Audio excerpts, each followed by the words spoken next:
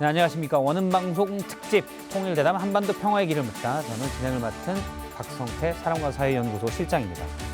기적은 기적처럼 이루어지지 않는다. 기적 속에는 많은 것들이 들어있다. 인간이 할 수 있는 모든 노력을 하고 마지막 기도를 올릴 때 비로소 기적이 기적처럼 찾아온다. 한국 평화의 상징인 고 김대중 대통령의 어록입니다. 통일은 기적처럼 이루어지지 않습니다. 우리가 많은 노력을 할 때 기적처럼 그때 찾아올 텐데요. 그 노력의 하나, 원음방송 특집 통일대담 한반도 평화의 길을 묻다. 오늘도 시작합니다.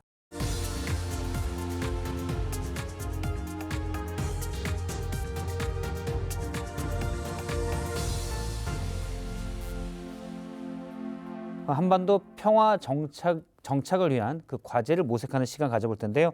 국제 정세와 또 북한 전문가의 얘기를 듣는 시간입니다. 오늘도 통일연구원의 김태훈 박사님과 함께 시작하도록 하겠습니다. 박사님 안녕하십니까? 안녕하세요. 예, 오늘 김태훈의 북리뷰 이제 들어가기 전에 김태훈 북리뷰 이제 책보다는 북한에 대해서 정확히 아는 그런 시간인데요. 북한의 관광 사업 여기에 대해서 좀 먼저 얘기를 좀 해주신다면.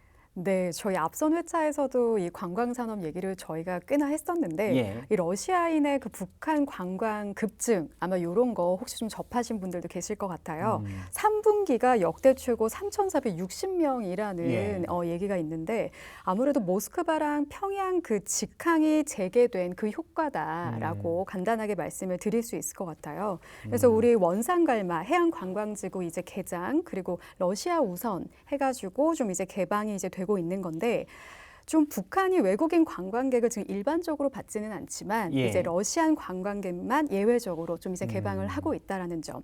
그래서 이 리조트 규모 자체가 국내의 관광객 한 2만여 명을 수용할 수 있는 그런 상황인데 여기에 아무래도 이제 러시아 관광객부터 이제 좀 먼저 경험을 하고 있는 그런 상황입니다. 네. 사실 2만 명 정도를 수용할 수 있는 건데 석 달 동안 3천여 명이면 그렇죠. 아직은 사실 상당히 아직은 미약하죠. 미약한 수준이죠. 네. 예, 알겠습니다. 그 러시아 특파원이 가서 본 것도 좀 있는데 약간 황량하긴 하다. 시설은 잘 되는 것 같은데 그런 것도 들었었습니다. 오늘 준비한 북리뷰 본격적으로 들어볼까요? 두 가지 가지고 오셨죠? 오늘 두 가지. 첫 번째는 이제 북한의 어머니 날 이제 제정 관련돼서 13주년을 지금 맞고 있거든요. 그래서 이제 김정은의 애민 정치 약간 이런 소식 하나랑 두 번째는 북한의 제9차 당대회 준비 소식 이렇게 두 가지 준비했습니다. 예.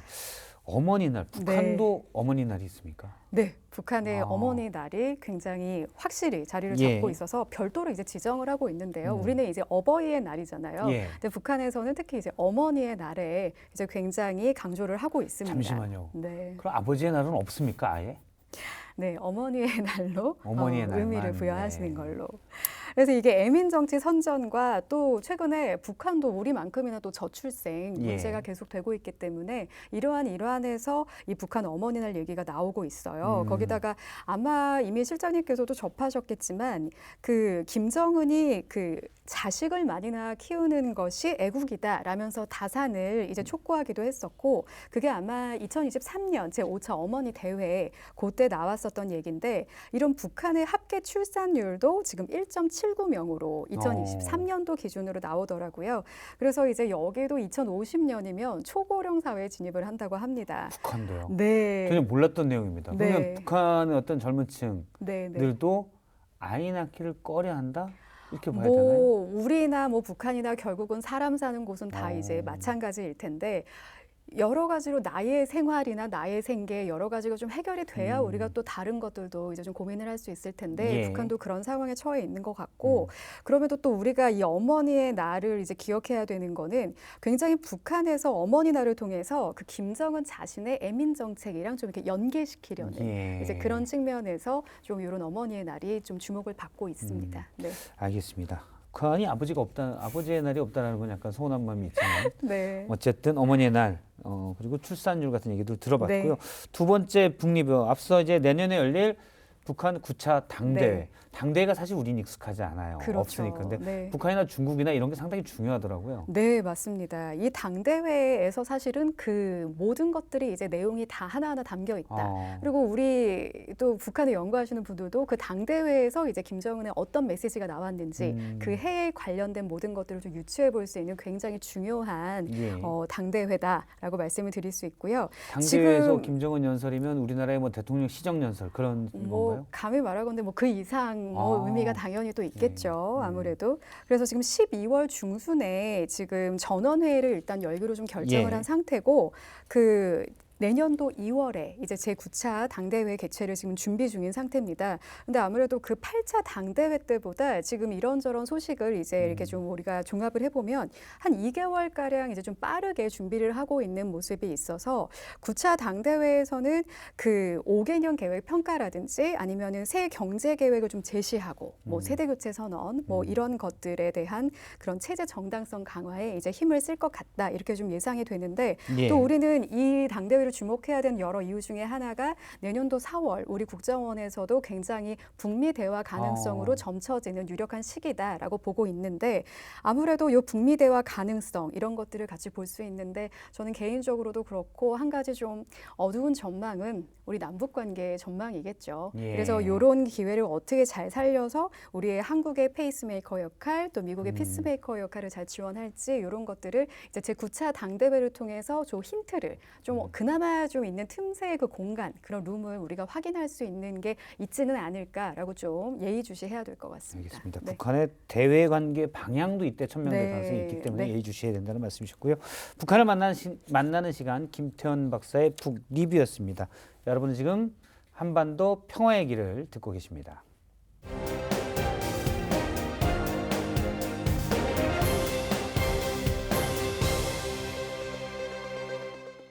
네, 통일대담 한반도 평화의 길을 묻다 함께하고 계십니다. 지난 1월 트럼프 대통령의 임기, 트럼프 2기가 시작됐죠. 국제질서는 그러면서 더 격변을 맞고 있는데요. 한반도 평화를 위한 이 트럼프 2기 시대 특히 우리의 대응 전략을 통일연구원 선임 연구위원이신 홍민 박사님께 들어보도록 하겠습니다. 박사님 안녕하십니까? 예, 안녕하세요. 예, 트럼프 2기 정부의 한반도의 변화, 영향 그리고 우리의 대응 알아보기 전에 이런 뉴스가 최근에 나왔습니다. 러시아 공산당이 북한 김정은에게 레닌상을 수여한다 이렇게 밝혔습니다. 레닌이면 사실은 뭐 러시아에서 가장 영예가 높을 것 같은 한 번에 5명 정도 준다고 그러더라고요. 네. 전통은 있습니다. 1926년 정도부터 사실상 상을 수여하기 시작했으니까 굉장히 전통은 오래됐고 중요한 건 이제 공산당이라는 거. 그래서 공산당이기 때문에 이게 정부, 국가 차원에서 주는 상은 아닌 거죠. 개별 정당 차원에서 준다라는 이제 개념이라서 사실상 조금 이제 국가격과는 좀 다른 걸로 좀 봐야 되는데 다만 이제 이 자체는 굉장히 상징적이죠. 그 상을 수여하면서 이제 러시아발로 나온 보도에는 제국주의와 신파시즘에 공헌한 것에 대한 일종의 상으로 이제 포장을 했거든요. 다 아시겠지만 이게 제국주의라는 건 미국, 신파시즘이라는 건 우크라이나를 얘기하는 거죠. 그러니까 결국 우크라이나 전쟁에 참전한 북한에 대해서 높이 일종의 이제 평가를 해준다라는 이제 의미로 주는 건데 우리 전쟁 와줘서 고맙다. 그렇죠. 어떻게 보면. 그래서 뭐 이제 큰 틀에서는 뭐 북러가 여태까지 해왔던 연대를 더 강화하자라는 차원이기도 하고. 뭐 김정은의 국제적 어떤 뭐 위신이랄까요? 뭐 이런 것들을 제고시켜주는 의미는 있는 것 같아요. 그래서 뭐 아마 그 크게 돈 들이지 않고 북한을 좀 뭔가 위신을 세워준다 그럴까요? 김정은 위원장의 체면을 살려준. 그렇죠. 러시아라고 하면 사실은 공산주의는 종주국이었기 때문에 과거에 북한 주민들이 레닌상을 받아 이렇게 생각할지 아니면은 이런 상 받았을 때 북한 주민들이 북한 러시아 뭐 경제도 어려운데 뭐 그냥 뭐 하나 줬나 보네 이렇게 생각할지 어떻게 보시는지요? 그러니까 이제 만약에 과거 그러니까 1990년 전이었다면은 사실 이제 그 소련이라는 그 개념은 사회주의 모국이에요. 모국. 어머니 국가로 표현을 했었죠. 그러니까 실제 5, 60년대를 살았던 분들이 생존해 있다면은 그 당시 교육은 사회주의 모국으로 알고 있었기 때문에 굉장히 중요하게 봤겠죠.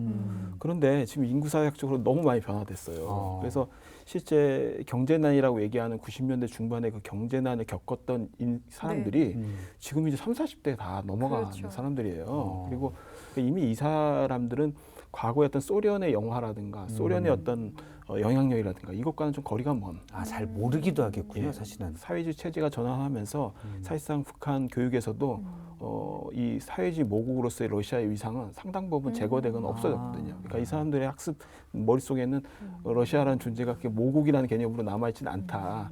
그래서 아마 이제 그 자체가 막 엄청난 의미를 부여할 만큼 주민들에게 선전 효과가 있다. 이렇게 보기는 좀 어려울 것 같아요.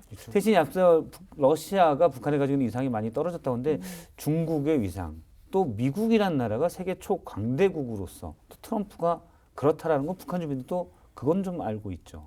그렇죠. 트럼프 대통령과 2018, 2019년에 걸쳐서 두 차례 정상회담, 한 번의 회동이 있었기 때문에 이거는 북한에서 그 자체만 가지고 따로 화보집을 낼 정도로 어마어마한 이제 기록으로 이걸 남겨놨죠. 그리고 영상도 계속적으로 그 당시에 방송을 했었고 지금도 그 책자를 보면은 엄청나게 공을 들였어요. 그러니까 그 세 차례의 만남 자체를 화보집과 각종 기록으로 해가지고 굉장히 두꺼운 화보집을 냈는데 굉장히 의미를 부여했다는 거죠. 그거는 북한 역사에서 보면은 일대 전환이죠. 그게 결렬됐건 실패했건 상관없이 그러니까 세계 최강국의 대통령이 만나자고 했고 또 그걸 만나는 것도 한 번이 아니라 세 번에 걸쳐서 만났다. 그러니까 그만큼 전략적 지위가 상당히 제고됐다라는 거를 굉장히 상징적으로 보여주는 일대 사건이었고 아마 향후에 이제 북한사를 연구하든 아마 세계 정치 외교사를 얘기할 때 이 사건을 그렇게 쉽게 얘기하기 어려운 굉장히 중요한 이정표로 아마 볼 가능성이 높죠. 그러니까 북한 주민도 역시 마찬가지죠. 사실 지금 생각해보면 또 더 그렇네요. 트럼프 2기 들어와서 지금 뭐 영국 왕실까지 심지어 일본도 마찬가지고 우리나라도 그랬고 트럼프가 이제 미국의 관세를 무기로 약간 글로벌 일진 역할을 하고 있을 때 다들 어떻게 잘 지내볼까라고 생각하고 있는데 김정은 위원장만 좀 다른 모습을 보인 거는 좀 아이러니하기도 합니다. 자, 어차피든 트럼프 2기가 이제 됐고 국제 정세는 특히 미중 갈등은 또 한 단계 다른 양상을 보이기도 합니다.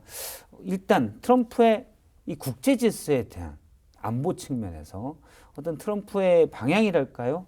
정책 이 방향 박사님은 어떻게 보고 계십니까? 2차 세계대전 이후에 이루어졌던 하나의 국제 체제가 있었던 거죠. 근데 국제 체제가 사실상 미국을 중심으로 본다면은 동맹 중심으로 자유주의 무역 국제 질서를 수호하는 방식으로 그 체제 안에서 이제 이루어졌던 체계인데 그 체제를 흔드는 거죠.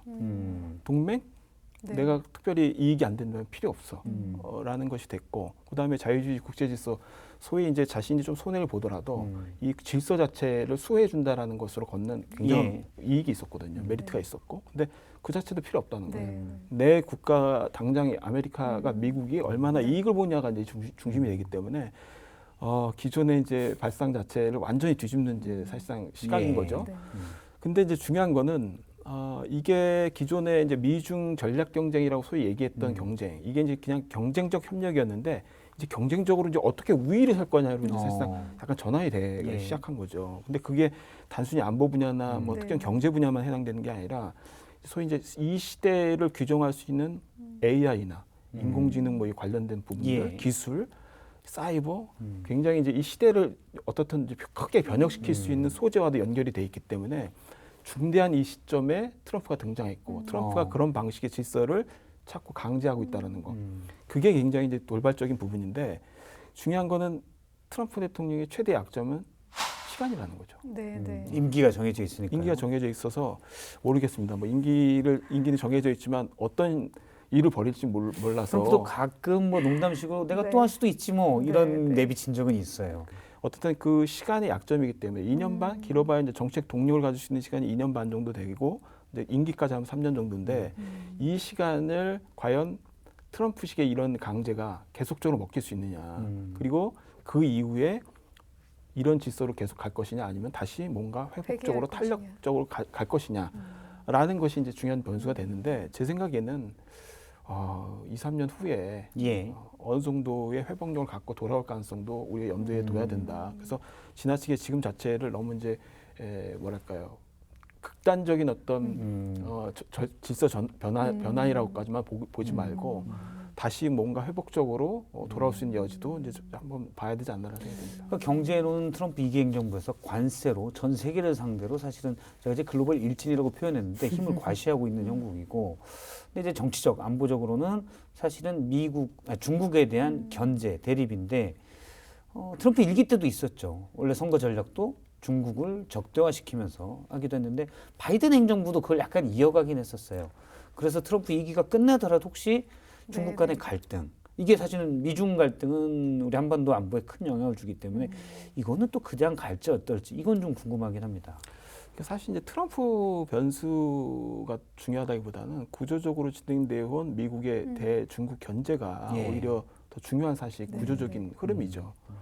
트럼프는 단지 이제 거기에서 좀 더 그것을 자기 방식대로 강화하겠다라는 수준이 좀 달라질 뿐이지 그 구조 자체는 사실 거의 동일하거든요. 그래서 트럼프 1기 때 했던 대중국 정책에 있어서 상당 부분은 바이든 정부도 이미 다 계승을 했고 그대로 유지를 했어요.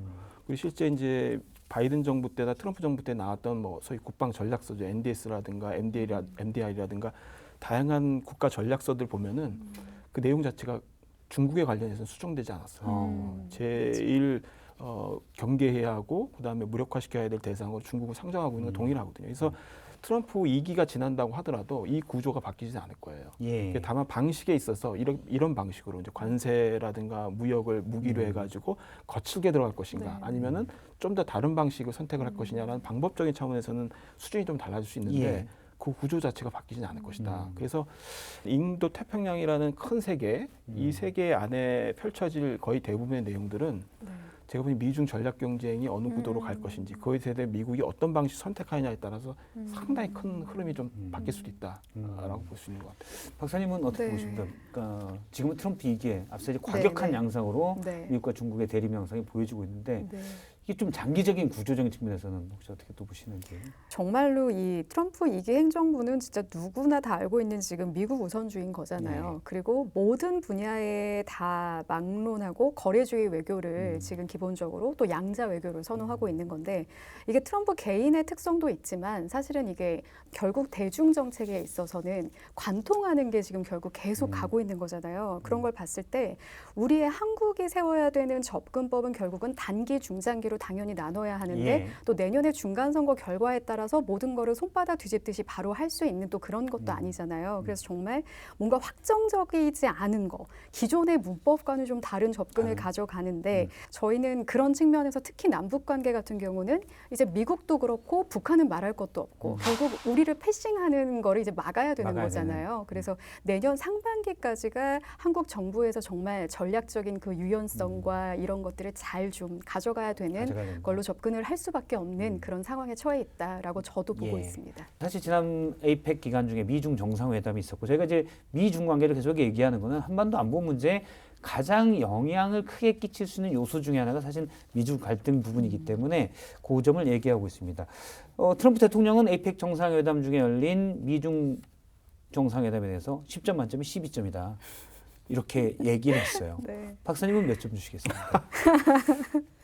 이건 제가 백악관에게 알리지 않겠습니다. 편하게 주셔도 됩니다. 뭐 알리셔도 상관이 없는데 다 나올지 모르겠는데 절반 정도? 6점에서 한 7점 정도 줄 수 있을 것 같은데. 백악관에 비해서는 상당히 박하게 주셨군요.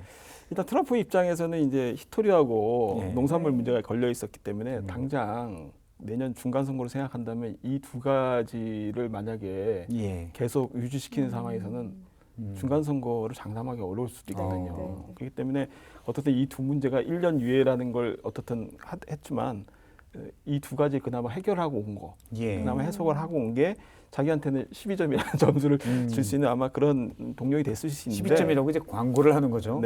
그건 있는데 기본적으로 사실 이번에 에이펙 전에 만난 요 미중 정상회담은 약간 진짜 대격돌은 아니었죠. 대격돌은 이제 뭐 앞서 얘기했지만 4월, 내년 4월이 아마 될 가능성이 있죠. 왜냐하면 이때는 지금 이제 6년 만에 만나는 것이라서 기존에 이제 고위급 수준에서 특히 정상급 수준에서 대화가 너무 없었죠. 그리고 계속적으로 관세하나 뭔가 수단적으로만 계속 서로를 자극하는 상황이었기 때문에 일단 만났다라는 것 자체가 일단 의미가 있는 거예요. 상당히 긍정적으로 볼 수 있는 그나마 평가 요소가 만났다라는 거죠. 만나서 어떻든 고위급이 소통할 수 있는 요소를 만들었다는 것 자체가 일단 성과로 봐야 되고 다만 한 가지 이제 중국하고 지금 현안이라는 게 무역이나 관세 문제만 있는 게 아니거든요. 외교부터 시작해서 AI부터 시작해서 AI 관련해서 윤리 문제, 시스템 문제 여러 가지가 지금 다 걸려 있어요. 그래서 현안이 굉장히 많아요. 근데 그 현안 자체가 하나하나가 쉽지 않아요. 왜냐하면 하나하나가 다 국제 질서를 누구 주도로 가느냐. 주도권이 다 달려 있는 주도권과 관련된 부분이에요. 그렇기 때문에 이거는 일단 피했어요. 피하고 당장 지금 급한 관세 문제만 조금 해결을 하고 그다음에 희토류 수출 제한한 부분들을 일정 뭐 유예시키는 부분들, 그 농산물도 막은 부분들에 대해서 보복을 푸는 부분, 이런 부분만 일단 일시적으로 휴전을 한 거예요. 원래 휴전이지만 사실은 싸움을 건 것도 미국이에요. 그렇죠. 이제 뭐 반도체에 대한 관세 그리고 예를 들어서 뭐 한국에다가 중국 선박에 대한 한국 입항에 대한 수수료도 갑자기 확 늘렸고 그러다가 갑자기 그러니까 이른바 펜타닐 관세로 뭐 징계 관세도 있었고 그러다 갑자기 여기서 희토류 공급 제한과 농산물 수입을 안 하겠다라고 하니까 갑자기 철회한 거잖아요. 겁줬다가 뺀 거예요, 사실은. 사실상 좀 냉철하게 평가하면은 트럼프의 완패라고 이제 볼 수 있죠. 왜냐하면 그렇게 이제 강하게 뭔가 자신이 밀어붙였던 관세를 통한 어떤 압박 이기 자체가 통하지 않는다는 거. 그러니까 과거 1기 때는 그나마 그게 통해서 상당 부분 중국도 협상이 굉장히 적극적이었던 부분이 있는 반면에 굉장히 나름대로 적극적으로 이제 임했죠. 근데 지금은 이제 중국이 이렇게 단순하지 않다는 거죠. 자신들도 대응 수단이 가지고 있고 그 대응 수단에 미국도 어쩔 수 없는 부분이 있다라는 거를 약점을 전 세계가 다 목도를 한 거거든요. 그렇기 때문에 뭐 전략적인 점수를 매기자면은 완패다 이렇게 이제 볼 수 있는 부분이 있죠. 그러면 사실은 미중 간의 갈등이 지금 원래는 미국이 이제 초강대국이었다가 G2라고 불리다가 이번 미중 정상회담을 보면 사실 트럼프가 완패했네 이 말은 달리 해석하면은 중국이 그만큼 더 힘이 커졌다는 거잖아요. 그건 앞으로 좀 더 그럴 수가 있고 이게 이제 한반도에 미치는 예를 들어서 남북 관계랄지 한반도 안보에 미치는 영향은 어떤 것들이 있을까요? 그래서 이제 이런 생각이 듭니다. 그러니까 우리 국력이 뭐 10위권 안에 이미 들었다라는 얘기도 하고 국방력 차원에서는 5위권 안으로 보통 얘기가 돼요. 어떤 평가에서는 그보다 더 위에 있다라고 얘기하고 실제 국력 순위에서 영국을 이미 앞질렀어요. 앞질렀고 국방력 순위에서는 영국, 프랑스가 뒤에 막 제껴져 있어요. 그러니까 그만큼 국력과 국방력 차원에서는 상당한 위상을 갖고 있는데 우리가 동북아 또 내진 세계를 바라보는 눈은 잘 보이지 않아요. 그 말은 뭐냐면은 우리가 기존에는 한반도라는 영역을 중심으로 해서 미국 편중적 생각을 갖고 살아도 적당히 살 수 있는 환경이 됐죠. 뭐 어떤 면에서는 상당히 잘 살았죠. 한미 동맹을 근간으로. 근데 이제 지금 목도한 것처럼 미중 간의 이 정도의 전략 경쟁이 일시적인 것이 아니라 장기적으로 이렇게 간다면 어디가 전략적 우위를 차지할지 서로 싸우는 구도가 최소 10년 이상을 많이 간다고 친다면은 과거에 이제 우리가 보던 그런 작은 협소한 시야에서의 미국 편중적인 어떤 사고 그리고 정책이 거기에 한정돼 있던 영역에서 우리 국력과 국방력에 맞는 전략적 구도로서 시야가 펼쳐져야 돼요. 업그레이드가 돼야 돼요. 단순한 예를 하나 들면 이런 게 있어요. 북한이 김정은이 요즘 와서 계속 연설을 할 때마다 제가 계속 눈에 띄는 게 있어요. 뭐가 있냐면 계속 전략적 안정성이라는 말을 써요. 전략적 안정성 또는 전략적 불균형, 전략적 불안정성 이 얘기를 전략이라는 표현을 많이 쓰는 거죠. 다른 사람이 쓰는 것도 아니고 김정은이 주로 그 얘기를 쓰는데 이 말을 제일 많이 쓰는 국가가 어느 국가냐면은 미국입니다. 미국. 미국이요. 미국의 모든 국가 전략에 관련된 그 보고서에는 모든 관점이 다 전략적 안정에 입각해 있어요. 내가 어디가 가장 전략적으로 취약한지를 따지는 거예요, 항상. 그래서 전 세계 패권을 유지하는 과정에서 어디 지역이 지금 불안정한지, 여기에 전략적 안정성을 부여하기 위해서 내가 전력을 더 투사해야 되는지, 경제적으로 더 압박해야 되는지, 이런 관점으로 봐요. 근데 그 말을 러시아도 많이 쓰고 중국이 최근에 와서 부쩍 그 말을 많이 쓰기 시작해요. 미국식 어법이자 미국식 용법이죠. 그거를 이미 학습을 하고 미국이 저렇게 전 세계 패권을 유지하게 저런 방식으로 세상을 바라보는구나. 그렇다면 나도라고 이제 보고 있는데 북한 역시도 이제 그 말을 쓰는데 그 말의 맥락을 보면은 매우 정교해요. 지금 전략이라는 표현을 그렇게 쓴다는 건 국제 정세가 계속 흔들리고 있기 때문에 상당히 교묘하게 가야 된다는 그런 것들을 각국이 채택하고 있다는 질서에 말씀이신가요? 어떻게 잘 편승하냐를 굉장히 그 예의주시하고 보고 있고 실제 그렇게 행동을 옮기고 있다는 건데 우리는 아직도 네. 그런 국제적인 질서와 전략적 차원이 어떻게 흘러가고 있는지 그리고 그것을 우리의 안정성 차원에서 어떻게 지표화시키고 어떻게 접근해야 되는지에 대한 관점이 없는 거예요. 그러니까 아까 제가 그 전번 시간에도 얘기 드렸지만 어제 말씀하신 계속 내용에 계속 소재화된 수준에서만 계속 세상을 바라보고 있는 거죠. 그래서 우리가 어떤 방식의 전략적 안정성의 개념을 수립해야 되고 그 안에서 우리한테 진짜 취약성이 뭐가 있는지 이렇게 본다면은 용미든 용중이든 간에 다 양쪽을 다 활용할 수 있는 공간을 열어야 돼. 그러려면 패러다임이 바뀌어야 되는데 예. 우리의 기존의 용법대로 간다면은 한미 동맹이 계속 안도할 수밖에 없는 거. 편중될 수밖에 없는 거죠. 이제 한미동맹이 당연히 근간이기도 하고 뭐 이렇게 정부에서 중요하죠. 얘기하지만은 거기에 매몰돼서 과거의 생각만 가져서는 안 된다는 말씀이신 거죠? 그렇죠. 예. 그런 그러네요. 저도 이제 계속 오프닝하고 네, 이 네. 방송을 하면서 얘기할 네. 때 표현 중에 제일 많이 쓴 게 네. 흔들리는 국제 정세, 맞아요. 급변하는 국제 정세를 네, 네. 쓰고 있는데 정작 한반도 안보에서 우리의 주요 전략은 그냥 과거와 그대로 답습해 있지 않냐라는 지적이십니다. 그 흔들림에 맞는 이제 전략이 계속 이제 나와줘야 되는데 예. 그렇죠. 안미 경중 얘기가 그래서 나온 예. 것 같아요. 그래서 뭐 음. 안미 경중에 관련된 것도 그런 그 대통령의 발언에 대해서는 또 어떻게 생각하시는지. 생각하세요? 네. 글쎄요. 제가 좀 약간 이제 까칠하게 봐야 되나요? 그러니까 약간 네. 비판적으로 볼 수 있는 부분 요소가 있는데 그 말을 하지 않더라도 네. 이미 어떤 선택의 개념, 병렬적 개념이 아닌 거거든요. 그러니까 예전처럼 경제는 중국, 네. 그다음에 뭐 안보는 북한, 미국. 미국 네. 미국. 이렇게 병렬적으로 보던 시기는 이제 지났어요. 이미 그것이 어떻든 오버랩되고 있었거든요. 예. 그렇기 때문에 우리가 그 안에서 선택을 하든 아니면 전략적인 차원에서 이거를 어떤 방식으로 조합을 할 것인지에 대한 고민을 하든 하고 있단 말이에요. 해야 예. 된단 말이에요. 근데 그거를 굳이 말로 안미 경중이라고 얘기를 한다는 자체는 외교적 스킬과 외교적 테크닉상에서는 꼭 그렇게 할 필요가 있었을까? 너무 투명하게 접근한 건가요? 투명한 거죠. 우리가 하나의 물론 표현이라는 게 네. 뭐 이해하기에는 더 편하지만 안미 경중이라고 했을 때 안보는 미국, 경제는 중국이 지금까지 어쨌든 우리나라의 교역 1위니까 그렇게 얘기하는데 이렇게 언어로 프레임이 돼버리면 우리가 거기에 구속될 수 있다라는 말씀이시군요. 그것도 있고 중국이 받아들였을 때 이제는 뭐 경제조차도 미국 중심의 공급망 또 미국 중심의 무역 세계, 미국 중심의 질서 규범 안에 더 편입해서 더 많이 강하게 밀착하겠다라는 정도로 이제 받아들일 가능성이 높죠. 그러니까 이재명 대통령에게는 안미 경중 전략을 더 이상 뭐 취할 수는 없다 이런 맥락이었어요. 그래서 실제 그렇더라도 네. 외교적으로 그걸 발언하는 수사와 레토릭은 다른 방식으로 나가야 되는 부분이 있고 또 이제 실제 진행하는 것도 제가 아까 말씀드린 것처럼 뭔가 전략적인 대비전과 대전략이 수립되고 그 안에서 중범위의 수준에서의 어떤 수단들이 필요한지 그리고 실제 그것을 수행하기 위한 프로그램들이 어떻게 나와야 되는지를 굉장히 구체적으로 좀 구상한 다음에 행동도 그렇게 옮겨지는 게 이제 바람직하지 않을까 이제 이렇게 얘기를 할 수 있을 것 같습니다. 국제 정세가 계속 급변하고 있기 때문에 거기에 맞는 전략이 필요하다. 말씀하신 내용은 우리가 안보든 경제든 다 중국, 미국 할 수도 있는 건데 굳이 표현해서 우리가 굳이 좁은 구석으로 가 있을 필요가 있느냐. 전략적 판단을 해야 된다라는 걸로 이해를 하겠습니다. 네네. 그럼 맞는 말씀인가요? 네네 맞습니다. 네, 알겠습니다.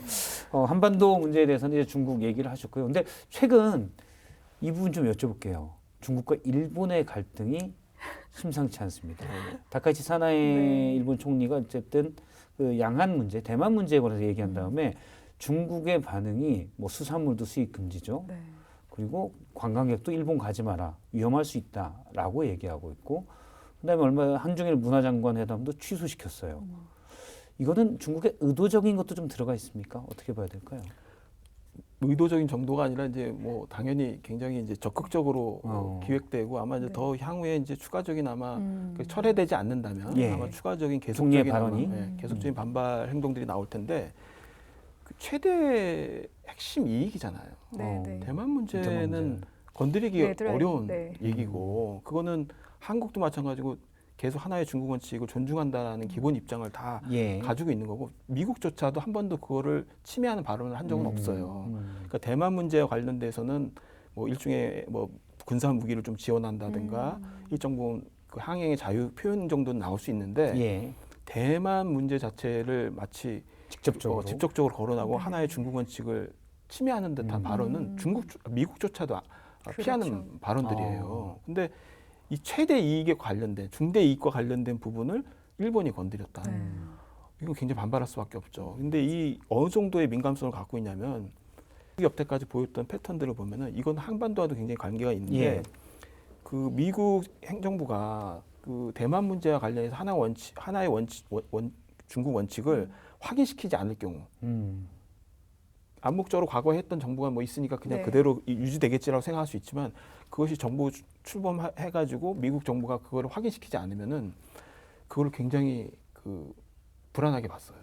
불안하게 봤고 그럴 때일수록 북한과의 연계성을 더 높였어요. 더 적극적인 관계를 예. 컨트롤하기 위한 적극적인 관계를 모색하고 그랬었어요. 그러니까 대만 문제는 최대 이익이면서 모든 동북아의 개별 국가에 대한 정책을 추진하는 데 있어서 제1기준인 거거든요. 예. 그러니까 제가 보기에는 중국이 반발할 수밖에 없는 요소가 기본적으로 있고 이 문제를 건드린 이상 네. 뭐 일본도 일정 부분 후퇴하기는 좀 어려울 수 있어도 상당 부분 봉합하지 않는다면은 예.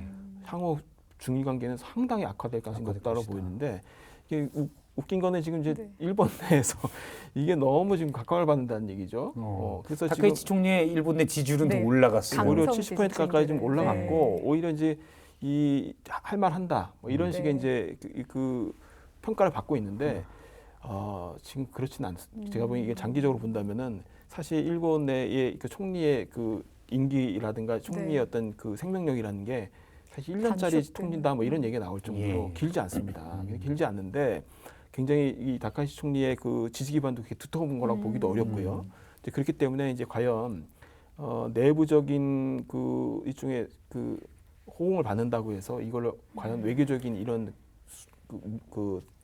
반발을 무릅쓰고 네. 과연 계속 지속할 수 있느냐. 이거 제가 보기엔 일본도 쉽지 않을 거라고. 사실 경제적 타격도 중국 관광객들이 일본에 가는 거를 이제 막아버리면은 경제적 타격도 직접적으로 올 수가 있기 때문에 그것도 어떤 영향이 있을지 맞습니다. 모르고요. 타케시 총리가 중국의 영린을 건드린 것도 있지만 앞서 얘기했듯이 트럼프 정상회담과의 어떻게 보면 시진핑의 완승 그리고 이제 우리나라의 핵 추진 잠수함 건조 추진 이런 것들을 감았을 때 중국이 지금 내가 덩치가 커졌는데 이분들이 나를 우습게 보고 하면서 좀 더 과시해서 좀 과잉되게 대응하는 것 아닌가라는 생각도 좀 들어요. 예, 맞습니다. 그래서 그 실제 얼마나 이제 미국과 일본이 네. 그 우리 사실 뭐 뉴스를 잘 보도는 많이 안 되지만 그 중국이 반발할 만한 일종의 군사적인 압박도 굉장히 많이 가했죠, 실제. 예. 그래서 또 뭘 도입을 했냐면 토마호크 미사일 300기를 미국으로 또 구입을 했어요. 실전 예. 배치에 이제 들어갔죠. 이거는 장거리 타격, 정밀 타격 무기라고 해서 소위 이제 중국을 직접적으로 이제 겨냥할 수 있는 장거리 무기들이에요. 중국 겨냥 무기네요. 그게 일본 열대 전체에 이제 배치가 된다라는 개념은 뭐냐면 언제든지 일본도 공세적으로 중국이 나를 위협할 것 같다 그러면 먼저 버튼을 선제 누르고. 공격을 할 수 있다라는 그거를 의미하는데 이거는 이제 중국이 설정한 소위 이제 A2AD 예. 반접근 지역 거부 전략이죠. 이거를 완전히 무력화하는 공세적인 접근이거든요. 근데 미국이 그거를 적극적으로 일본한테 투영을 시키고 있고 예. 뭐 필리핀부터 시작해서 포위가 이미 군사적으로 굉장히 강하게 이루어졌죠. 그래서 중국은 이미 상당히 까칠해져 있었죠. 왜냐하면 상당히 이미 그 목줄을 재고 있다라는 예. 거를 그냥 외교적인 수사가 아니라 실제 군사적으로 재고 있는 거를 예. 이제 확인되고 하기 때문에 지금 뭐 핵추진 잠수함 얘기도 하겠지만 일본에 대해서는 이미 감정적으로 굉장히 이제 악화된 상태에서 예. 대만 사태 나면은 일본도 참전한다. 참전한다. 이거는 곧 실제 전력화하고 있는 부분들을 실제 중국 향해 쏘겠다라는 말을 선언한 거나 다름없는 다시 거죠. 한번 거의 예. 확언해 준 거네요. 그러니까 엄청나게 중국 그 입장에서는 불쾌한 정도가 아니라 실제 위협으로 이걸 간주할 가능성도 예. 있는 거죠. 근데 이런 일본의 액션에 비해서 사실상 지금 트럼프는 거기에 대해서 뭐 이렇다 할 우리끼리 표현하자면 지원 사격을 해주고 있지 않잖아요. 그럼 그런 거에 대해서는 좀 어떻게 보고 계세요? 그러니까 아마 이제 네. 그런 것 같아요. 그러니까 사실 이제 뭐 지금 트럼프 행정부 2기, 1기 때도 그랬지만 그 이 전략을 구상하는 안보 전략을 예. 구상하는 핵심이 이제 지금 국방부 차관하고 있는 엘비치 콜빈인데 네. 이 핵심이 뭐냐면 이 친구가 이 차관이 2018년에 1차 NDS를 한번 작성을 한 바가 있고 주도 올려서 이번에 또 두 번째도 자기가 작성을 했는데 핵심이 그거거든요. 역의 균형. 역의 균형이라는 거는 전 세계 800여 개의 미군 기지를 통해 가지고 내가 다 거기다가 비용 내고 예. 전력 투사해 가지고 직접 안 지키겠다. 몇 가지만 남기고 나머지는 지역에 있는 동맹국들이 알아서 해라. 네. 이제 이런 전략을 취해오고 사실 그거는 바이든 정부도 어느 정도 계승을 하고 있었던 얘기거든요. 근데 독특하게 트럼프의 또 사고방식은 네. 여기에 몇 가지가 가미가 돼요. 뭐가 있냐면 중국하고 저렇게까지 뭐 확전적으로 싸울 태세를 갖출 필요가 있어? 네. 적당히 압박을 하면 되지. 라는 거예요. 그러니까 바이든 정부는 굉장히 강하게 그 부분을 밀고 나가려고 했던 반면에 오히려 트럼프 대통령은 중국과의 정면적 충돌은 오히려 안 하려고 하는 거예요. 약간 그러니까요. 기업가 기질이 들어가 네. 있다고 봐야 되겠네요. 이거 둘 다 싸우면 손해잖아라는 거래적으로 봤을 때 그게 네. 굳이 그렇게까지 해서 실리적으로. 얻는 이익이 뭐지? 라는 독특한 발상이 거기에 첨가가 돼요. 그래서 그 안에 이제 소위 LBC 콜비가 이제 일종의 대중국 견제파, 예. 견제파가 있고 또 하나는 이제 소위 본토파, 본토만 방어하면 돼라고 얘기하는 파가 있고 또 동맹 중심화 있는 동맹파가 또 있고 하는데 뭐 이런 세력에 대한 문제로 얘기하는 부분이 있는데 저는 트럼프의 이 입장이 기존에 가지고 있던 큰 그림에서의 역의 균형과는 다소 충돌하기도 하고 또 한편에서는 뭐 이 묘한 방식의 궁합이 네. 되는 경우가 있어요. 그래서 아마 이제 그런 부분들이 영향을 좀 미치고 있는 게 아닌가라는 생각이 듭니다. 중국은 사실은 일본과의 갈등에 우리나라도 살짝 넣었습니다. 독도는 한국 거야. 일본 너희들 왜 그래? 어떻게 보면 우리도 약간 참전 또는 뭐 친한 척하는 우리가 너희도 우리끼리 하는 무슨 말을 좀 하면. 할래? 네. 네. 그런 식으로 우리는 이 중일 갈등에 어떻게 대처를 해야 될까요? 한반도의 평화를 네. 위해서.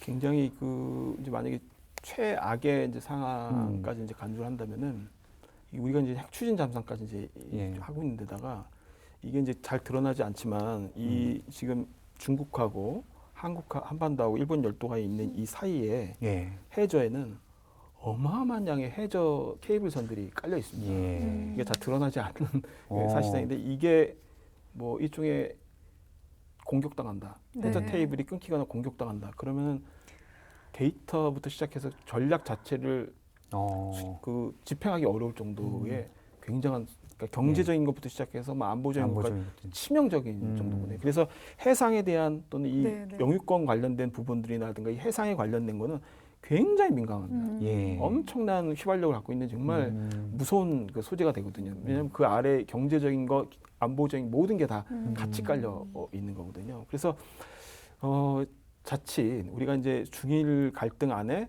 네. 한미 또는 한미일 안보협력이라는 진영적 논리로 만약에 접근을 하거나 예. 거기에 일정 정도 동조하는 방식으로 갔을 때는 네. 굉장히 위태로운 상황이 될 수도 있습니다. 왜냐하면 한중 관계에도 그나마 지금 이번에 그렇죠. 다시 만나가 예. 11년 네. 만나가지고 그나마 조금 복원의 이제 계기점을 마련하려고 하는 마당에 만약에 우리가 하나의 진용의 패키지를 묶여가지고 접근하게 끼어들기 되면 시작하면 되돌릴 수 굉장히 없는. 되돌리기가 어려울 네. 정도로 그렇죠. 확전될 가능성이 있습니다. 그래서 지금 분위기상은 이제 중국이 좀 더 과감하게 나가고 있어서 혹시 이제 군사적 긴장 상태까지 유발할지도 모르는데 우리가 섣불리 개입했다가는 국익에 저해될 수 있다라는 말씀으로 듣도록 하겠습니다. 예. 그러면 원자 핵추진 잠수함 이것도 이제 중국이 신경 쓰는 거예요. 네네. 어떻게 보십니까? 중국은 이제 원칙적인 얘기만 하는 것 같아요. 네. 핵 비확산에 대해서 신경을 써라라고 얘기만 하고 있습니다. 일단 이게 있습니다. 우리 그 정부에서 밝힌 거는 2030년대 중후반까지는 예. 첫 번째 잠수함을 배치하겠다. 건조해서 만들겠다. 일단 우리 정부가 설정한 것은 타당한 가에 대한 이제 검토를 좀 해야 되는데 예. 기술적으로 가능은 하지만 매우 도전적이다. 매우 도전적이라는 거는 정말 속사포처럼 모든 것이 동시다발적으로 다 진행됐을 때는 그게 그게 가능하지만 가능하다. 그것을 어느 정도의 정치적인 변수 또 실질적인 여러 가지 기술적인 건조 내용까지 포함한다면 사실상 매우 도전적인 거죠. 거의 그러니까 도전적이란 말은 회의적이란 말을 갖다가 좀 돌려서 제가 얘기를 드린 건데 완곡하게. 상당히 힘든 거죠. 일단 뭐 전체적인 의회까지의 동의를 얻어야 되는 이 지난한 네, 과정이 네. 있는데 다 아시다시피 이제 뭐 호주가 그 오커스 차원에서 그렇게 그 핵 추진 잠수함, 그래서 이제 버지니아급의 상당히 큰 규모죠. 그거를 기술 이전을 해주는 데만 해도 37개월이 걸렸어요. 37개월이라는 건 뭐냐면 의회 비준까지 받는 데가 37개월이 걸렸어요. 예. 3년 좀 넘게 네, 걸렸어요. 그거는 초고속이에요. 아. 근데 우리 같은 경우에는 그냥 패키지로 한 덩어리를 주는 게 아니라 건조, 원자로, 연료가 다 각기 놓을 수도 있어요. 근데 각기 놓을 경우에는 더 시간이 더 걸려요. 예. 그렇게 되면은 의회의 승인까지 받는데도 더 시간이 걸릴 수가 있고 중요한 거는 이거를 하기 위해서 뭐 건조를 당연히 국내 한다는 전제를 했을 때도 이 정도 걸리지만 여기에 관련된 인프라를 구축하는데 예. 인력 구축하는데 엄청난 시간이 들고 재정적으로 소요되는 것도 상당한 양이 그 비용이 들어갑니다. 그래서 쉽게 얘기하자면 도전적이다. 매우 도전적이라는 거고 또 하나는 이제 그 과정적인 측면인데 트럼프 아까 제가 최대 약점이 시간이라고 시간 했잖아요. 임기죠. 이 시간 안에 과연 의회 비중까지 받을 수 있을지조차도 의문이에요. 네. 트럼프 행정부가 끝나버리면 네. 애매할 수도 있다. 그래서 중국이 그냥 우려한다라고 초기 반응이 나오고 북한조차도 그냥 낮은 수위에서 조준수상 논평 정도만 나왔어요. 왜 그랬을까요? 전략적이네요. 너무 불확실하고 너무 불확실하기 때문에 한번 보자는 거예요. 네, 네. 사실 우리 정부로서는 일단 미국 의회와의 관계 이런 부분도 좀 많이 신경 써서 네. 해야 되는 부분도 심지어 있겠고요. 미국 언론 주요 언론이죠. 워싱턴 포스트나 폴리티코라든가 뭐 월스트리트 저널 다 뭐라고 얘기하냐면 만약에 실현된다면 중국의 A2AD 전략, 소위 이제 반조건 네. 지역 거부 전략을 완전히 무력화시키는 중요한 거점이 될 것이다라고 평가하면서 다음 뭐냐면 말과 현실은 다르다. 다 이 얘기예요. 실제 이게 진행될 수 있겠느냐라는 얘기를 하고 그리고 트럼프라는 그 임기 내에 이게 일정하게 의회까지만 진입을 해도 그러니까 토의 승인이 안 되더라도 예. 진입만 돼도 엄청난 성과가 될 거라고 얘기할 정도로 아직은 좀 지켜봐야 된다는 예, 얘기입니다. 알겠습니다. 핵 추진 잠수함에 대해서는 이제 미국 의회에서 원자력 협정에 대한 예외까지 나와야 되는데 과거 전례를 보면 현재로서는 시간이 빨리 되긴 쉽지 않은 과제다라는 말씀을 들었습니다. 끝으로 짧게 시간이 많이 지나서 요거 하나 여쭤보겠습니다. 내년 4월 트럼프가 베이징에 가는데 이때 북미 정상회담도 이루어질 가능성이 있을까요? 글쎄 이제 그 발화의 근거, 솔직히 그런 그 전방의 근거는 국정원이 국회 정보위 나와서 보고였죠. 보고한 네. 내용에 근거를 하는데 그 근거조차도 사실 이제 국정원이 나중에 부연 설명을 했죠. 3월에 있을 키 리조브하고 이제 대규모 기동훈련들이 수반되는 훈련이 있기 때문에 이게 굉장히 분기점이 될 것이고 4월에는 이제 미중 정상회담이 있으니까 통상 이런 중대한 정상회담을 앞두고 북한이 자신의 카드를 좀 더 높이 있는 차원에서라도 전에 만나거나 후에 만나지 않겠냐 예. 이렇게 얘기를 하는 건데 저는 가능성 매우 낮다라고 봅니다. 매우 왜냐하면 높다. 일단 그러기 위해서 전제돼야 될 것이 뭐냐면 북한이 설정한 문턱 네, 네. 그 단순하게 와서는 안 된다는 거예요. 일단 핵보유국으로서의 정치적인 인정을 지위를 해라라는 인정해라. 거거든요. 그러니까 사실 대등한 미국 핵보유국, 나도 핵보유국이라는 거를 인정을 해서 이거는 그냥 거래나 협상이 아니고 그냥 외교 관계인 거예요. 네. 너하고 나는 똑같이 핵보유국이라는 걸 인정하라는 그 대등성에 대한 얘기를 하나가 있고 그다음에 또 하나는 뭐냐면 하지 마라. 그렇죠. 그 속에서 평화공전, 소위 이제 관계 개선하기 위해서는 의제를 이제 설정한다면 난 거기에 대해서는 대화는 하겠다라는 거군요. 이 문턱을 어떤 방식으로 해달라는 거냐면 선언해달라는 거예요. 외교적으로. 근데 선언을 하기 위해서는 암묵적으로 인정하는 게 아니고 최소한 그 NSC 보좌관이나 아니면 뭐 국무부 장관 이것도 아니에요. 대통령 입에서 최소한 나는 그런 의제 더 이상 이제 비핵화 얘기 안 할 거고 최소한 핵을 위협을 감수하기 위한 얘기를 좀 하자. 그리고 관계도 개선하자라고 선언적으로 얘기해야지만 나는 응할 수 있다라고 선제 조건을 달아놨는데 그거를 과연 들을 수 있을까요? 심지어 지금 에이펙 계기로 나왔던 거는 다 비핵화를 재확인하는 얘기였고 미국 내에서 과연 이거를 트럼프가 다 그 반대를 무릅쓰고 과연 그런 전환을 할 수 있겠냐는 거예요. 그래서 쉽지 않다. 경제적인 활력을 찾아가고 있는 또 중국 러시아의 관계가 개선되고 있는 북한으로서는 굳이 미국에 매달릴 필요가 없다. 이런 부분도 좀 영향을 줄 수 있다라고 봐야겠군요. 그러니까 일종의 뭐 전략적 쇼로서 이제 한번 내가 네, 네. 어느 정도의 강대국과 대등한 입장에서 대화할 수 있는 수준인지를 보여주기 위한 하나의 쇼로는 할 수 있는데 그 자체가 유의미한 협상으로서 전개되는 그런 구도는 아닐 것이다. 알겠습니다. 오늘 계속 박사님 쭉 네. 홍민 박사님의 아니 사실은 얘기를 들으셨는데 지금도 여쭤볼 것도 많고 더 네. 같이 나누고 싶은 얘기도 많은데 근데 저는 그냥 이렇게 말씀을 들으면서 종합적으로 이제 생각을 정리하게 되는 게 우리 입장에서 이제 우리가 무엇을 할 수 있느냐인데 그 유연성과 명료성을 같이 가져가야 된다는 게 진짜 너무 어려운 건 것 같아요. 그러니까 한마디로 단순히 그러니까 무조건 명료해도 안 되고 그렇다 유연성을 포기할 수도 없는데 이런 거에 좀 이렇게 다양한 얘기가 좀 이렇게 잘 수렴이 돼서 예. 제발 내년에 중요한 상반기에 그 시기를 좀 실기하지 않았으면 좋겠다라는 생각입니다. 알겠습니다. 사실 한반도의 문제, 특히 안보 외교 다 중요한 문제인데 이게 너무 정치적으로 오용되다 보면 사실 불필요한 얘기들이 많이 있었던 것 같습니다. 상황을 객관적으로 봐야 된다는 홍민 박사님의 얘기들 쭉 있었습니다. 네, 박사님 오늘 바쁘신데 시간 내주셔서 감사하고요. 다음에 또 뵙도록 하겠습니다. 고맙습니다. 예, 감사합니다. 감사합니다.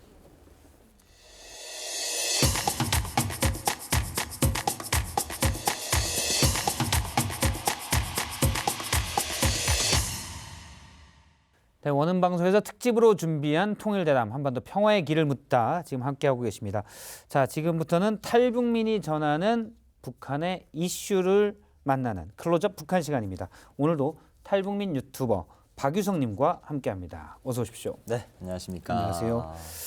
예, 혹시 제가 어제 소개할 때는 이제 청담동에서 막 오신 것 같은 네. 그런 비주얼을 보유하신 아유, 박희성님이라고 고맙습니다. 하셨는데 네. 탈북민이라고 스스로 많이 밝히시는 편이에요? 어떠세요? 많이 얘기를 하죠. 제가 또 유튜버도 하고 방송도 하니까. 하다 보니까. 다 알고 계시고 네. 뭐 자주 듣는 질문이 따로 있습니까? 이게 누구나 다 물어보는 질문이에요. 예. 평양냉면 맛있어요? 여기 바로 평양냉면. 공통 질문이군요. 네, 그 질문을 하는데 예. 애석하게도 저는 네. 평양냉면을 먹어보지 못해서 아, 그 답을 못해요. 북에 계실 때 평양에 계셨던 건 아니신 거죠? 그쵸. 저는 어. 이제 지방에 살다 지방이니까. 보니까 평양을 단 한 번도 가본 적이 없어서 뭔가 못 평양냉면은 북한 안에서도 되게 약간 뭐 선망까지는 아니더라도 아. 늘 이게 좀 궁금한 그런 대상이겠어요. 그렇죠. 그렇죠. 그러니까 네. 평양에 가면 네. 무조건 먹어야 되는 게 평양냉면. 반드시 가야 되는. 네. 아. 그리고 어른들은 이제 네. 맥주, 대동강, 대동강 맥주. 아, 그럼 북한 내에서도 평양냉면은 선망의 음식이군요. 네. 그렇죠. 자, 오늘 첫 번째 주제 가져온 거는 북한 인구의 고령화 네, 얘기하셨어요. 맞습니다. 사실 대한민국도 고령화 사회로 이제 접어들었고 북한도 마찬가지 이제 고령화에 직면을 하게 됐어요. 그래서 노인 인구가 이제 많이 올라가게 됐고 또 그거에 관해서 북한에서 또 노인 복지법에 관련된 그런 어떤 정책들도 많이 펼치고 아, 있어서 그래요? 네, 그런 걸로 오늘 준비를 해봤습니다. 그러면 첫 번째 이슈로 북한의 노인복지시설, 네, 양로원. 양로원 네. 많이 들어보셨나요? 예. 그래요? 양로원이 있고 경로당도 있고 지금. 경로당은 이제 대한민국에 네. 그래서 네, 주로 네. 어르신들이 이제 어떤 놀이터, 네. 예. 어른들이 휴식을 놀이터, 취하시는 공간. 하고 이제 네. 양로원이라고 이제 북한에서 많이 예. 네. 사용을 많이 하는데 사실 이게 어떻게 받아들이는가에 따라서 좀 다른데 양로원 하면 어른들이 잘 가고 싶지 않은 기피 않은. 시설 예. 중에 하나예요. 음. 자식들이 이제 어떤 능력이 안 돼서 네. 예. 네. 가정 환경이 안 돼서 이제 무조건 가야 되는 예. 그런 시설이다 보니까 양로원에 대한 어떤 시각이 조금은 좀 다르다. 다르죠. 예. 북한에서 근데 노인 건강을 위한 법도 있다고요? 네, 일단 그 노인 복지 차원에서 노인 복지법, 이제 북한 연로자 보호법이라고 하는데 이 연로자 보호법 같은 경우도 2007년에 이제 제정이 됐고요.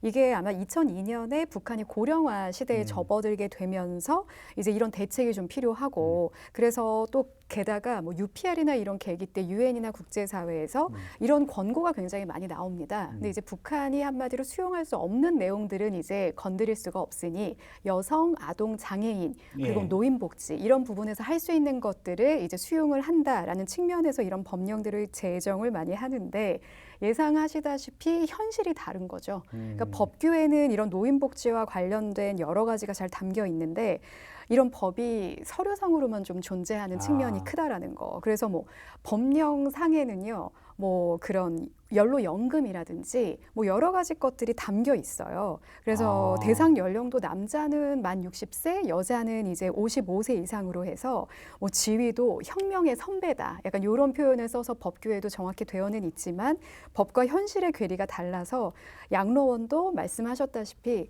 그런 평양 특권층의 전용이 될 수 있는 그런 부분이 있죠. 네.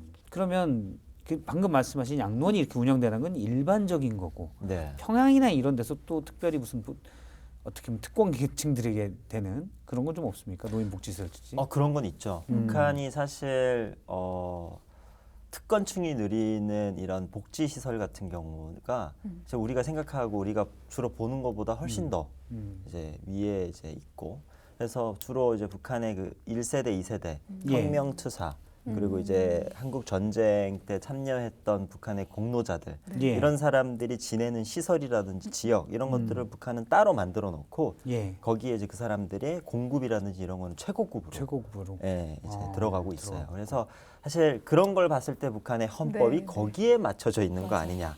그들을 이런, 위한 법이군요. 얘기가 나와서 이거는 모두를 위한 헌법이 아니라 북한의 특정 계층과 특정인을 위한 헌법이다 이런 얘기도 나옵니다. 예, 알겠습니다. 탈북민 박유성님과 함께하는 북한 이슈 두 번째 이슈를 살펴보도록 하겠습니다. 네. 이 부분도 첫 번째 이슈 살펴본 거랑 좀 비슷한데 은퇴자에게 지급하는 연금이 있을까 없을까입니다. 예. 북한에서. 네, 우리 박사님 이렇게 질문이 나온 거는 있으니까 나왔겠죠? 그렇죠. 네. 물어보고 있죠. 없어요. 그러면 예 하고 넘어가야 되니까. 아니, 없으면 또 왜 없는지도 설명을 네. 해야 아, 되지만 네. 네. 북한의 이제 법상으로는 네. 예. 연금과 그리고 은퇴자에게 지급되는 네. 배급이 네. 법에 명시가 돼 있습니다. 하지만 아까 말씀드렸다시피 이제 현실과 법은 이제 괴리가 굉장히 크다 보니까 예.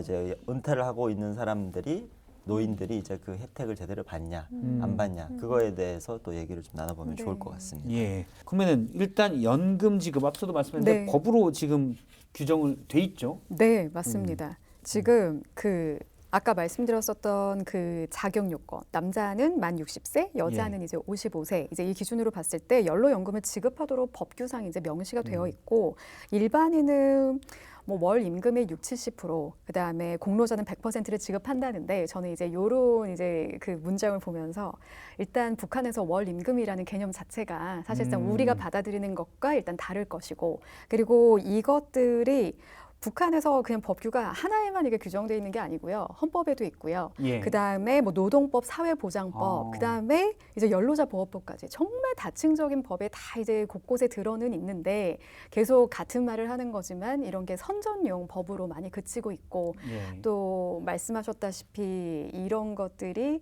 진짜 일반 주민들에게는 정말 와닿지 않는 다른 세계 얘기같이 보일 수밖에 없는 그런 좀 유명무실한 법인 경우가 많죠. 네. 지금 또 듣고 보니까 60세부터 연금을 지급한다고 말씀하시면은 퇴직이 60세로 돼 있는 건가요? 네, 북한이 60세 정년으로. 네, 정년퇴직이 그렇게 돼 있는데 예. 사실 북한은 직업 선택의 자유가 없습니다. 음. 그렇기 때문에 본인이 직장에서 시작해서 은퇴하는 것까지 이제 한 직장에서 마치는 분들이 대부분입니다. 예. 특히로는 대학을 가거나 원하는 곳들이 몇 군데 있어서 되는데 안 되면 네. 그다음부터는 이제 각 직장 배치. 지역에서 네. 배치를 하는 거다. 이렇게 그렇죠. 들었습니다. 이제 북한은 군대를 남성은 갔다 오기 때문에 예. 군대를 갔다 와서 그 사람의 계급성에 맞게끔 공장 배치를 해주니까 이제 거기서 이제 30세에서 직장 생활을 시작하고 여성들은 더 일찍 예. 시작하겠지만 그래서 남성들은 이제 60세까지 한 직장에서 거의 이제 은퇴를 한단 말이죠. 그리고 나서 이제 그 직장에서 그 사람의 노후를 책임을 져줘야 될 거 아닙니까? 예. 그래서 아까 말했던 것처럼 북한이 법으로 규정이 돼서 연금과 배급이 지급이 네. 되는데 요 괴리가 왜 생기냐? 네. 북한이 지금 시장 경제를 네. 추구하고 있고 예. 국가에서 배급이나 연금은 국정 가격, 국가에서 정해놓은 가격대로의 연금과 배급이 지급이 되고 있습니다. 근데 사실 그 괴리가 굉장히 그렇겠죠. 이게 예. 사실인 네. 거죠. 아. 그래서 내가 한 달 일해서 지금 북한의 시장 경제에서 쌀을 1년 뭐 연금으로 10kg밖에 살 수 없는 그 정도의 연금이 지급이 네. 되니까 아. 사실 연명하기는 말이 안 되는 구조가 돼 있는 거죠. 턱없이 부족한 연금이군요. 그렇습니다. 사실 근데 제가 정년을 60세까지 지킨다는 것도 약간 어떻게 가능하지라는 생각도 듭니다. 앞서 이제 뽕민 박사님 어제 얘기도 들어보면 시장 경제 체제가 많이 돌아가고 있는데 네. 그 조그마한 직장들이 시장 경제 체제에서 잘 안 돼서 망할 수가 있잖아요. 그렇지 않습니다. 그러면 정년이 보장 안 되는 거 아니에요? 북한의 모든 기업은 국영 기업입니다. 네. 국가가 망하기 전까지는 그 기업은 문을 닫을 수가 없어요. 그래서 시장 경제에서 장사를 하거나 예. 자영업을 하시는 분들은 그 사람들이 그게 두 번째 잡이에요. 시장 경제에서 그렇죠. 본인의 생계를 위한 작업이지 문제고. 본인들의 각자가 정해져 있는 직업은 다 있습니다. 다 근데 그게 있고. 직업이 있는 거지 사실상 우리 가정의 그 경제적인 수입의 주된 수입원은 이제 그 세컨 잡이 될 수 그렇습니다. 있는 장마당에서 하는 게 되고 네. 그래서 주로 여성들이 이제 고생이라고 표현하면 좀 그렇지만 이렇게 주도적으로 경제의 주체가 될 수밖에 없는 게 여성분들이 이제 장마당에서 이제 주로 일을 하시고 남편분은 직장에 어찌됐건 또 소속은 되어 있어야 되는 거잖아요. 맞습니다. 북한의 한 가정을 이룰 때 세대주라고 이제 네. 지칭을 하는데 세대에 한 사람은 무조건 국가에 소속돼 있는 공장 기업소에서 그렇죠. 일을 해야 됩니다. 네. 그러면은 이제 남편과 뭐 아내와 남편이 있으면 남편이 일을 하면 아내분은 이제 직장 생활 안 해도 됩니다. 그렇기 때문에 이제 이 아내분들이 시장으로 나와서 예. 장사를 해서 이제 가족을 먹여 살리고 먹여 살리고. 남편은 이제 국가에 지정돼 있는 공장 기업소에 소속이 돼 있죠. 거기는 이제 일단 소속시켜 놓고 네. 정당한 대가를 지불하지 않고 일을 시킬 수 있는데 노동 착취죠. 그렇지. 그치, 네. 굳이 거기에서 뭐 맞아요. 퇴직을 일찍 시킨다거나 그럴 필요가 없는 거군요. 없습니다. 빨리 하고 싶어도 그러질 못하고요. 그리고 더 일하고 싶어도 네, 그럴 수 네. 없고. 그렇죠. 더 이럴 수 없고. 네, 그래서 정년이 알겠습니다. 그렇게 보장이 돼 있습니다. 일단 네. 국영기업 체제 내에서 그렇고 네. 물론 이제 그 다른 쪽에 장마당에 이런 건 다른 얘기지만 네. 기업들 체계는 그렇다는 말씀으로 이해를 하겠습니다. 자, 북한 관련 퀴즈 또 준비해 오셨는데 오늘은 어떤 내용인가요? 저는 이 퇴직이라는 단어를 남쪽에 와서 처음 들어봤습니다. 아, 그래요? 그래서 이 퇴직이라는 단어를 북한에서는 다른 용어로 이제 사용을 합니다. 아, 그래서 그게 문제군요. 네, 그래서 이제 북한에는 퇴직을 뭐라고 할까요?가 이제 문제입니다. 퇴직? 퇴직. 뭐 좀 뭐 중립적인 단어인가요? 저는 순간 그 노제비 이런 단어들도 많이 예. 있잖아요. 꽃제비, 노제비. 근데 약간 그런 그런 건 거는 거죠. 아니고 네. 공식 법에 용어군요. 명시되어 법에 있는 명시되어 있는 단어입니다. 그래서 그 단어를 사실 주민들이 이제 평상시에 많이 많이 사용하고 쓰고, 네, 네. 그 나이가 되면은 그 나이 그때가 되셨네요. 음. 라고 이제 많이들 얘기를 하시는 그 아. 단어 바로 연로 보장입니다. 연로 보장이요. 네. 좋은 단어네요. 좋은 단어죠. 연로를 보장해 주는 거니까. 그러니까 연로해서 은퇴해서 사회에서 보장해 준다. 그래서 퇴직을 아. 북한에서 연로 보장이라고 합니다. 알겠습니다. 오늘도 북한에 대한 현실을 이 단어 그리고 몇 가지 이슈로 좀 보다 더 잘 알아보는 시간 가졌습니다. 탈북민 박유성 씨가 전해준 클로즈업 북한 다음 시간에 또 뵙도록 하겠습니다. 고맙습니다. 네, 감사합니다. 감사합니다. 네, 오늘 방송이 특집으로 준비한 통일 대담 한반도 평화의 길을 묻다 오늘 순서는 여기까지입니다. 지속 가능한 한반도 평화의 길에 대한 고민 다음 이 시간에 또 함께 풀어보도록 하겠습니다. 시청해주신 여러분 고맙습니다.